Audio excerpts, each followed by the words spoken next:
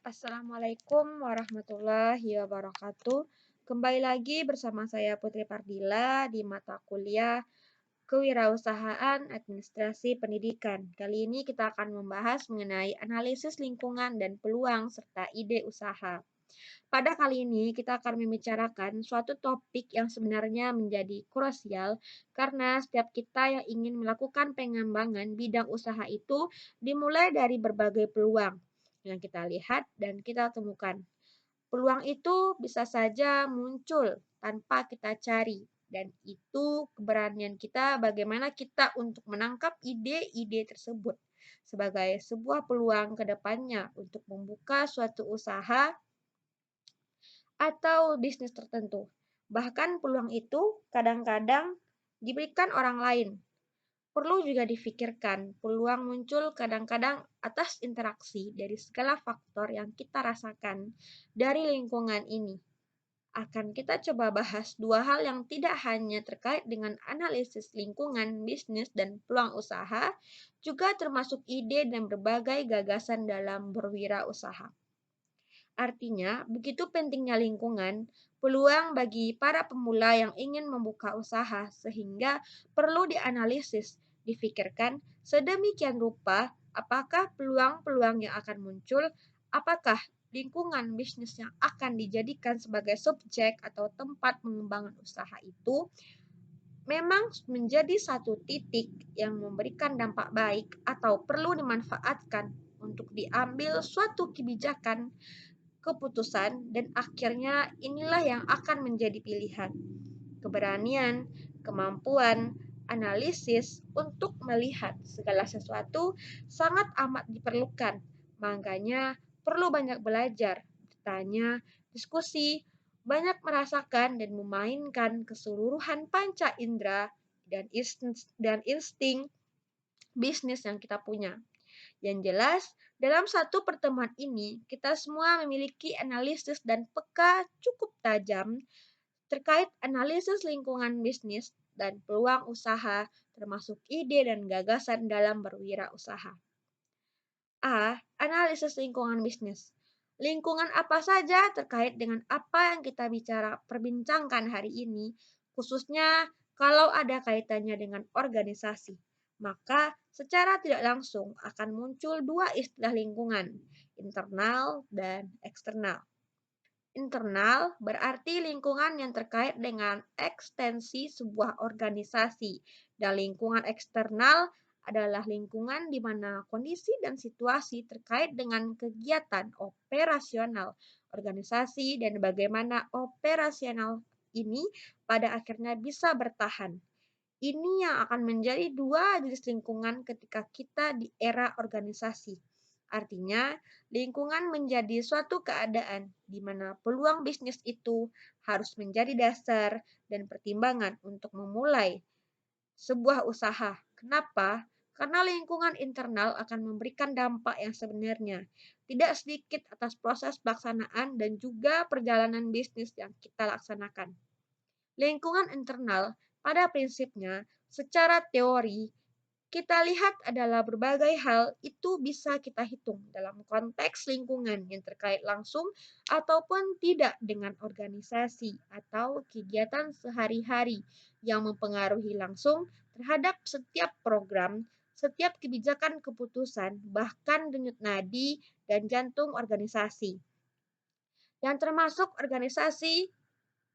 termasuk lingkungan internal organisasi adalah mulai dari pemilik organisasi, para pengelola, para staf, dan karyawan, serta lingkungan fisik organisasi itu sendiri. Lingkungan eksternal pada akhirnya terbagi menjadi dua, lingkungan yang terkait langsung dengan kegiatan operasional kita atau seringkali dinamakan sebagai lingkungan mikro dari organisasi, dan lingkungan yang tidak terkait secara langsung dengan kegiatan operasional adalah makro. Dalam kegiatan operasional, perusahaan akan berhadapan dan kadang-kadang senantiasa secara disengaja atau tidak, itu akan berusaha menyesuaikan diri dengan lingkungan makro dan lingkungan yang tidak terkait, pula lingkungan makro. Lingkungan mikro adalah pelanggan, pesaing di dalamnya, pemasok, bahkan partner strategi, sedangkan lingkungan makro yaitu mereka yang membuat peraturan, perusahaan termasuk lembaga-lembaga dan pemerintah, masyarakat, dan sebagainya. Kegiatan bisnis akan menjadi sistem yang tidak terlepas dari lingkungan sekitar. Apakah lingkungan makro tadi dalam konsep bisnis semuanya akan menjadi satu kesatuan yang tidak terpisahkan sebagai suatu sistem organisasi menjadi utuh ketika melihat dan berinteraksi langsung dengan lingkungan itu, keseluruhan lingkungan, dan organisasi bisnis berada dalam suatu lingkungan dan lingkungan inilah yang akan menjadi faktor pendorong, bahkan sekaligus akan menjadi faktor penghambat organisasi. Pada dasarnya, ada dua faktor lingkungan yang akan berpengaruh terhadap aktivitas bisnis yang akan kita lakukan, dan ini memang perlu pertimbangan matang, yaitu lingkungan kerja dan lingkungan sosial dalam konteks bisnis akan menjadi faktor lingkungan yang sangat kuat. Lingkungan kerja. Lingkungan kerja memasukkan semua elemen yang relevan, dan ini pada prinsipnya akan memberikan pengaruh dan sekaligus mempengaruhi organisasi secara keseluruhan. Elemen tersebut adalah pemerintah, kreditur, pemasok karyawan, konsumen, dan juga pesaing. Yang kedua, lingkungan sosial. Itu meliputi berbagai tekanan-tekanan umum yang mempengaruhi secara luas. Misalnya, tekanan bidang ekonomi, pendidikan, sosial budaya, yang secara tidak langsung tidak setuju dan tidak sepakat. Kita lihat dari lingkungan ekonomi. Suatu masyarakat itu dapat digolongkan terhadap salah satu sistem perekonomian, yaitu kapitalisme, sosialisme, dan komunisme. Pada sistem ini, setidak banyaknya pasti terkait dengan perekonomian yang berpengaruh hampir ke semua lingkungan, ke semua prospek, sehingga memberikan pengaruh terhadap kebijakan bisnis yang akan dilakukan. Selanjutnya, kaitannya dengan teknologi. Ini meliputi teknologi produk termasuk jasa dan teknologi bisnis. Dan kesemuanya adalah pengetahuan manusia, peralatan, metode kerja, sistem pengolahan, peralatan elektronik, peralatan komunikasi juga terindikasi dalam hal ini. Keberhasilan beberapa perusahaan untuk meningkatkan pencapaian tujuan dan sasaran termasuk kemampuan kompetitif dan keuntungan bisnis melalui teknologi banyak memberikan dampak positif bagi perusahaan untuk meningkatkan informasi, apalagi pada saat zaman sekarang informasi menjadi 90% kebutuhan dunia bisnis. Apalagi roadman bisnis yang kita lakukan adalah bisnis online yang cakupannya seluruh dunia. Teknologi pincis bisnis ini terkait dengan teknologi, misalnya jadi memang ada istilah-istilah yang perlu Anda ketahui. Penerapan perencanaan sumber perusahaan ini merupakan suatu inovasi terkait teknologi bisnis untuk mengelola sekaligus mengorganisasikan proses perusahaan tingkat produk, departemen, dan lokasi. Artinya manajemen bahan baku, perencanaan produksi, pemasaran, laporan keuangan, dan ini sebagai sangat berat memang akan muncul istilah-istilah yang menuntun kita para pelaku bisnis mengenal istilah teknologi dan perekonomian yang selama ini mungkin masih cukup asing. Tetapi jika telah masuk sebagai pelaku, mau tidak mau harus banyak membaca, banyak mengenal agar sampai ke tahap itu. Selanjutnya, lingkungan hukum dan politik akan memberikan pengaruh dan dampak dalam pelaksanaan proses perjalanan bisnis yang akan dilakukan. Lingkungan ini akan menjadi kekuatan perusahaan pada akhirnya berada dalam satu kerangka hukum, sehingga faktor ini mempengaruhi berbagai urusan dan transaksi dari perusahaan atau organisasi bisnis kita. Lingkungan hukum dan politik memiliki peran pembuatan aturan bisnis tentang apa yang boleh dan tidak boleh dilakukan dalam berbisnis, tentang suatu kebijakan yang harusnya kita buat sampai batas dana bisa kita lakukan, dan UU Perlindungan Konsumen, hukum bisnis, regulasi bisnis, dan juga pengaruh pemerintah atas satu aktivitas bisnis menjadi bagian dari proses ini, sehingga dalam proses kita memiliki perlindungan hukum dan menjalankan usaha kita.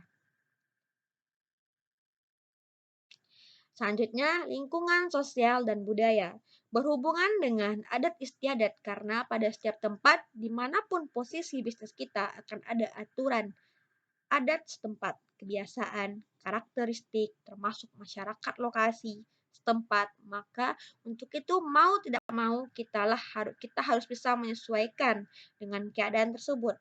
Pilihan selera konsumen, variasi perubahan tertentu pada setiap daerah tentu tidak sama. Yang B, analisis peluang usaha. Ini menjadi pertimbangan yang cukup matang. Perlu energi, perlu eksperimen, makanya orang bergerak bidang usaha banyak membaca, melihat, dan menggunakan panca indera insting untuk memanfaatkan segala peluang usaha ini. Yang pertama, bagaimana cara memahami pasar dan pelanggan. Ada beberapa catatan yang harus kita pahami. Yang pertama, seorang wirausahawan atau bisnismen meski menjalani kebutuhan, keinginan, dan permintaan masyarakat. Yang kedua, seorang wirausahawan akan merancang penawaran pasar yang memuaskan dan membangun hubungan pelanggan untuk menangkap nilai seumur hidup perangkat. Yang ketiga, seorang wirausahawan mempunyai orientasi yang jelas pada hasil memahami pasar yang sifatnya jangka panjang. Ini menjadi suatu kebutuhan permintaan yang harus dipertimbangkan. Kebutuhan merupakan suatu pernyataan perasaan akan kekurangan yang diucapkan dari manusia yang dibentuk oleh gaya dan kepribadian sementara. Permintaan adalah suatu hal yang didukung oleh daya beli dan keinginan akan menjadi permintaan, dan penawar adalah merupakan kombinasi jasa informasi atau pengalaman yang ditawarkan ke pasar untuk memuaskan kebutuhan dan keinginan tertentu. Bagaimana peluang muncul yang mana ini pada akhirnya kita manfaatkan sebagai suatu kebutuhan atas keinginan yang ada. Peluang itu muncul karena beberapa sebab. Yang pertama, ada masalah. Muncul dari masalah yang merugikan orang yang berpikir jernih pada akhirnya dapat melihat bahwa setiap masalah pasti ada penyelesaian. Artinya, semakin banyak kita menyelesaikan masalah, maka semakin terbiasa kuat untuk menyelesaikan dan menghadapinya. Selanjutnya ada kebutuhan. Setiap manusia pasti memerlukan kebutuhan, baik itu sandang, pangan, papan, perumahan, pendidikan, dan lain-lain sebagainya. Tapi yang perlu diingat bahwa setiap kebutuhan pasti memunculkan permintaan dan penawaran. Maka mau tidak mau semua ini akan melahirkan sebuah peluang untuk membuka usaha bisnis. Apa yang akan kita jalankan dalam rangka memenuhi kebutuhan tersebut. Selanjutnya ada keinginan. Setiap manusia mempunyai keinginan, harapan yang tidak terbatas, baik pada jenis maupun jumlahnya. Bahkan dari keinginan itu, peluang yang muncul dari sebuah keinginan manusia sebenarnya juga tidak terbatas. Maka peluang dari keinginan tersebut juga tidak terbatas. Jadi pada dasarnya, peluang untuk membuka usaha menjadi lebar keinginan manusia yang luar biasa tanpa batas. Selanjutnya memang diciptakan. Seorang wirausahawan dicirikan dengan banyak pemikiran baru dan mencoba untuk mengimplementasikan hasil pemikirannya sehingga bisa menciptakan nilai tambah dan setiap produk jasa yang dihasilkan. Jadi dalam proses penciptaan tersebut berupa penciptaan kreasi, ide inovasi dapat membuat kita menciptakan peluang yang baru. Selanjutnya C, ide dan gagasan wirausaha. Wirausahawan adalah seseorang yang mengembangkan produk baru dengan ide baru, kemudian membangun bisnis dengan konsep baru. Kegiatan ini menuntut aktivitas dan kemampuan untuk melihat pola-pola yang berlaku saat ini atau yang dicari. Maka seharusnya menjadi pikiran ketika ingin berwirausaha tidak cukup. Ternyata sebenarnya mengandalkan kreativitas dalam membuat atau merancang produk baru, namun keberhasilan berwirausaha dikaitkan dengan bagaimana kita dapat bertahan dengan kegigihan, ketangguhan, dan melaksanakan usahanya. Gagasan dalam struktur bahasa adalah segala sesuatu yang menginspirasi seseorang pelaku munculnya ide usaha dan menduga lebih awal apakah ide usaha dapat menghasilkan suatu nilai tambah atau tidak. Untuk seorang wirausahawan, gagasan ini menjadi awal ciptaan dari usaha yang akan dilakukan. Sekarang banyak orang percaya bahwa gagasan menjadi kekayaan intelektual seperti hak cipta. Karena itu, gagasan memiliki nilai tinggi yang sebenarnya patut dilindungi, walaupun jalur hukum. Karena ini kreativitas seseorang. Ide bisnis tidak akan muncul dengan sendirinya. Salah besar ketika kita berpikir apabila memiliki anggapan ide bisnis ditunggu saja dan akan datang sendirinya seperti sesuatu yang datang ketika bermenung. Karena yang namanya ide bisnis itu merupakan pikiran melalui analisis yang panjang. Ide bisnis datang apabila kita berusaha untuk mencapainya, menggali informasi, dan pandai membaca peluang yang memungkinkan kita menentukan bidang yang akan kita pilih nanti. Seseorang memiliki kemampuan untuk melihat peluang usaha dalam bisnis. Ide yang muncul sebaiknya dituangkan dalam bentuk perilaku bisnis dalam skala kecil sebelum melakukan pengembangan yang lebih besar.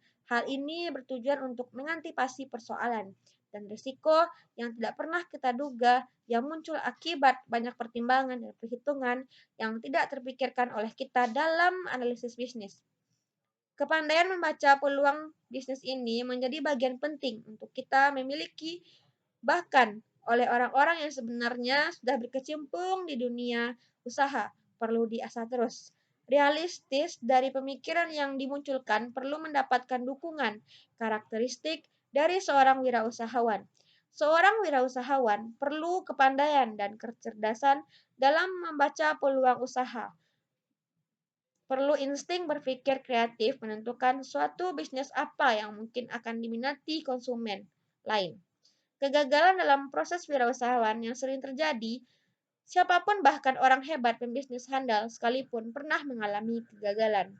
Sekalipun telah dilakukan penelitian melalui studi yang sangat panjang tentang usaha yang dijalankan, tidak pernah memberikan jaminan 100% akan keberhasilan, tidak pernah meyakinkan bahwa bisnis usaha tersebut akan berhasil. Kegagalan akan menyebabkan kerugian pada diri pembisnis dan itu 50-50. Kita angkat suatu pendapat dari Suryan yang mengatakan bahwa banyak hal yang menyebabkan usaha mengalami kegagalan dan beberapa yang menyebabkan kegagalan. Hal itu dalam mewujudkan gagasan bisnis di antaranya terkait data informasi yang tidak lengkap sesuai bidang usaha yang dijalankan. Yang kedua, kurang meneliti dokumen yang ada. Yang ketiga, salah perhitungan, misalnya dalam penggunaan rumus yang hasilnya tidak sesuai. Selanjutnya, pekerjaan yang salah dan kondisi lingkungan tidak tepat serta unsur kesengajaan, di mana seseorang membuat kesalahan yang tidak sesuai dengan kondisi sebenarnya dengan berbagai sebab. Untuk itu, perlu hati-hati dalam memilih tim tertentu. Baiklah, hanya itu yang dapat saya sampaikan. Terima kasih. Assalamualaikum warahmatullahi wabarakatuh.